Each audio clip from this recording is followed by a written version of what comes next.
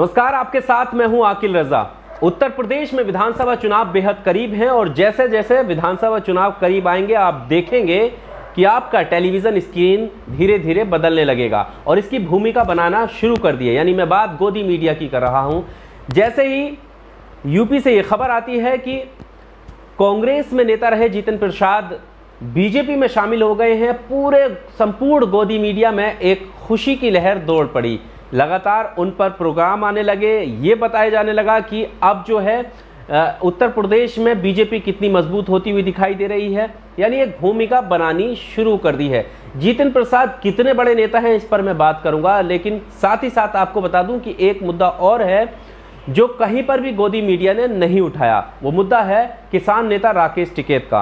राकेश टिकैत ने अभी हाल ही में उत्तर प्रदेश के विधानसभा चुनावों को लेकर कई महत्वपूर्ण बातें कही हैं। अगर उन बातों पर गौर किया जाए तो वो काफ़ी असरदार साबित हो सकती हैं उत्तर प्रदेश के विधानसभा चुनावों को लेकर। और वो बातें उन्होंने कही हैं कि जब वो पश्चिम बंगाल की मुख्यमंत्री ममता बनर्जी से मुलाकात कर रहे थे कोलकाता के अंदर, तब उन्होंने वो सारी बातें कही हैं। क्या वो बातें हैं उस पर भी बात करेंगे और इस वीडियो को आप अंत तक देखिए। वो इसलिए मैं बोल रहा हूं क्योंकि आप ये जान पाएंगे कि किस तरह से गोदी मीडिया जो है वो कैसे सेलेक्टिव खबर उठाती है और किस तरह से फिर एक भूमिका एक पक्ष के लिए बनाने की कोशिश करती है। अब सबसे पहले हम बात करते हैं कि जितिन प्रसाद जो है वो कितने बड़े नेता हैं।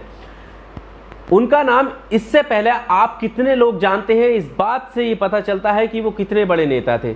क्योंकि 2001 में उन्होंने भले ही कांग्रेस यूथ ज्वाइन की थी, 2004 में उन्होंने पहला चुनाव भी जीत लिया था, उसके बाद उनको मंत्री भी बना दिया गया था। लेकिन अगर हम लेटेस्ट अपडेट उनकी देखेंगे, हाल ही के जो चुनाव में उनकी भूमिका रही है, अगर उस पर हम बात करेंगे तो जितिन प्रसाद की हालत बेहद ही पतली नजर आ रही है। सबसे पहले हम पश्चिम बंगाल के चुनावों की बात ही कर लेते हैं। कांग्रेस की हालत क्या है ये आपके सामने है और वहां पर यानी पश्चिम बंगाल में इंचार्ज बनाकर कांग्रेस ने जितिन प्रसाद को भेजा था। क्या भूमिका इन्होंने निभाई ये नतीजे आपको बता देंगे।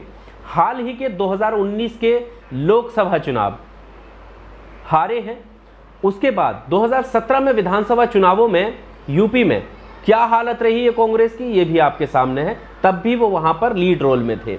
2014 का लोकसभा चुनाव भी जितिन प्रसाद हारे हैं। यानी अगर लेटेस्ट उनकी अपडेट देखेंगे, पॉलिटिकल करियर पर नजर डालेंगे तो उनकी हालत बेहद ही पतली नजर आ रही है। कोई प्रभावी नेता साबित होते हुए नहीं दिख रहे हैं। लेकिन अब जब वो बीजेपी में चले गए हैं तो गोदी मीडिया उनको दिग्गज नेता तो छोड़ दीजिए, ऐसा लग रहा है कि मानो कि यूपी के विधानसभा चुनाव भी एक तरफा हो गए हैं, ऐसा दिखाने की कोशिश की जा रही है।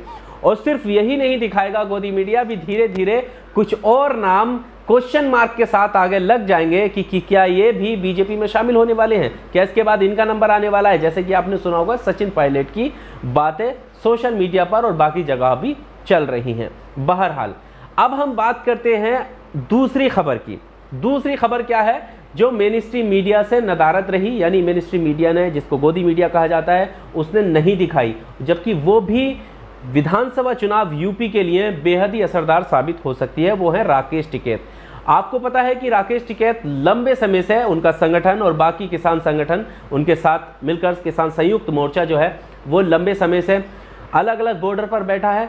3 कृषि कानूनों को वापस करने की मांग को लेकर, एमएसपी की गारंटी मांगने को लेकर बैठा है। लेकिन अभी तक सरकार ने उनकी नहीं सुनी है। वार्तालाप हुई है लेकिन कोई भी सुलह का रास्ता नहीं निकला है। पश्चिम बंगाल में आपने देखा होगा कि राकेश टिकैत ने वहां पर जाकर बीजेपी के खिलाफ प्रचार किया था। हालांकि वो इस बात को नहीं मानते हैं, लेकिन जिस तरह से वो बता रहे थे वो बीजेपी के खिलाफ ही कहा जाएगा। और अब यही हालत यूपी में होने वाली है। राकेश टिकैत ने यह ऐलान किया है कि वो जून के एंड से, यानी जो महीना चल रहा है उसके एंड से और अक्टूबर तक ये प्लानिंग करेंगे, टीमें बनाएंगे, एक प्लानिंग के तहत ये तय करेंगे कि कहां कहां किन किन जिलों में कैसे कैसे पंचायतें होनी है और वहां पर प्रचार किया जाएगा, वहां पर लोगों को समझाया जाएगा। क्या समझाया जाएगा? सिर्फ यही नहीं समझाया जाएगा कि किसे वोट देना है, बल्कि ये समझाया जाएगा कि स्वास्थ्य व्यवस्था का क्या आलम रहा है, कोरोना में सरकार का क्या रवैया रहा है, पिछले लंबे समय से जिस कानून को रद्द करने की बात किसान नेता या उनके संगठन कर रहे हैं उसको लेकर सरकार का क्या नजरिया रहा है। सरकार क्या करना चाहती है, सरकार जनता के बारे में क्या सोचना चाहती है, जो अहम मूलभूत मुद्दे हैं उन पर लोगों को ये पंचायत के द्वारा ये किसान संगठन और उनके नेता जो है वो समझाने वाले हैं। यानी उन्होंने साफ कहा है कि वो कहीं ना कहीं बीजेपी के खिलाफ में प्रचार प्रसार करेंगे। वो यूपी में हर एक किसान को गांव-गांव जाकर ये समझाएंगे कि कौन सी पार्टी उनके लिए ज़्यादा खतरनाक साबित हो सकती है।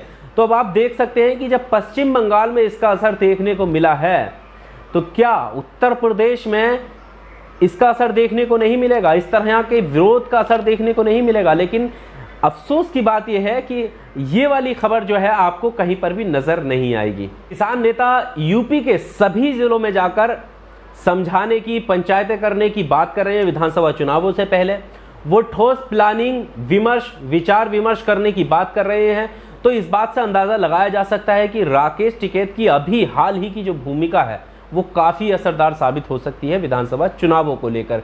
और जिस तरह से किसानों में गुस्सा है, लगातार बॉर्डर पर बैठे हैं, एक मैसेज, एक संदेश, जब आपने देखा होगा कि राकेश टिकैत के आंसू निकले थे तो कैसा गया था देश भर के लोगों में, देश भर के किसानों में, कितनी भीड़ रातों रात गाजीपुर बॉर्डर पर जमा हो गई थी। तो ये कहना गलत नहीं होगा कि राकेश टिकैत जो है वो अहम भूमिका निभा सकते हैं कहीं ना कहीं बीजेपी के वोटों को काटने के लिए। बाकी चाहे किसी भी पॉलिटिकल पार्टी को लेकर जो है मतदाता वोट करे, लेकिन बीजेपी को लेकर नुकसान इस बात से हो सकता है जब राकेश टिकैत जमीन पर उतरेंगे और वो समझाते हुए नजर आएंगे। अब मैं बात करता हूं गोदी मीडिया की। गोदी मीडिया के सामने ये दो खबरें थी, लेकिन उन्होंने सिलेक्टिव एक खबर उठाई कि किस तरह से जितिन प्रसाद जो है वो बीजेपी में शामिल हो गए। ठीक है, वो शामिल हो गए, लेकिन जो अहम मुद्दे, अहम सवाल हैं विधानसभा चुनावों से पहले, वो सवाल कहां गायब हैं?